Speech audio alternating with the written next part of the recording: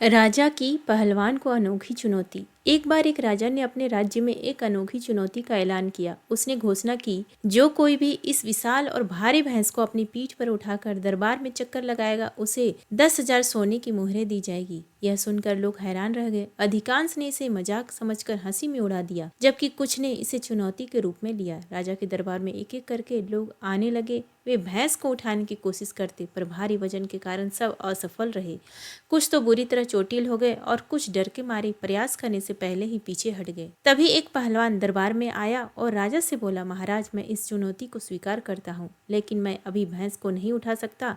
मुझे ठीक 2 साल और 11 महीने का समय चाहिए। उस दिन मैं इस भैंस को अपनी पीठ पर उठाकर दरबार में चक्कर लगाऊंगा। राजा और दरबारियों ने उसकी बात सुनकर हंसी उड़ाई। उन्होंने सोचा कि यह केवल कहने की बात है, लेकिन पहलवान ने उनकी हंसी को नजरअंदाज किया और अपने लक्ष्य की ओर बढ़ने का संकल्प ले लिया। पहलवान ने अपना अभ्यास शुरू कर दिया। उसने पहले एक छोटी और हल्की भैंस को उठाना शुरू किया।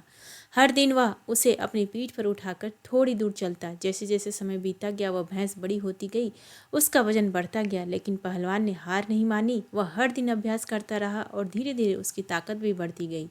2 साल और 11 महीने बाद वह दिन आ गया जिसका सबको इंतजार था। दरबार खचाखच भरा हुआ था। राजा भी उत्सुक थे कि क्या पहलवान अपने दावे को सच कर पाएगा। तभी पहलवान दरबार में आया। उसने बड़ी और भारी भैंस को अपने कंधों पर उठाया और पूरे दरबार में चक्कर लगाया। सभी लोग हैरान रह गए। राजा ने उसकी मेहनत और दृढ़ संकल्प को देखकर पूछा, तुमने यह असंभव कार्य कैसे किया। पहलवान ने मुस्कुराते हुए उत्तर दिया, महाराज, 2 महत्वपूर्ण बातें हैं। पहली, जब कोई लक्ष्य असंभव लगे तो उसे छोटे छोटे हिस्सों में बांट दो ताकि वह आसान लगने लगे। दूसरी, लगातार अभ्यास और धैर्य से हर लक्ष्य को प्राप्त किया जा सकता है। मैंने शुरू में हल्की भैंस से शुरुआत की और नियमित अभ्यास से अपनी ताकत को बढ़ाया। जैसे जैसे भैंस बड़ी होती गई, मेरी ताकत भी बढ़ती गई। इस तरह आज मैं इस भैंस को उठाने में सफल हुआ। पहलवान की इस बात ने राजा और दरबार के सभी लोगों को प्रेरित किया। राजा ने उसे 10,000 सोने की मुहरें देकर सम्मानित किया और कहा, तुमने हमें सिखाया है कि मेहनत, धैर्य और सही दृष्टिकोण से असंभव को भी संभव बनाया जा सकता है। यह कहानी हमें सिखाती है कि अगर हम बड़े लक्ष्य को छोटे छोटे हिस्सों में बांट कर उस पर लगातार काम करें तो हम किसी भी चुनौती को पार कर सकते हैं। धन्यवाद।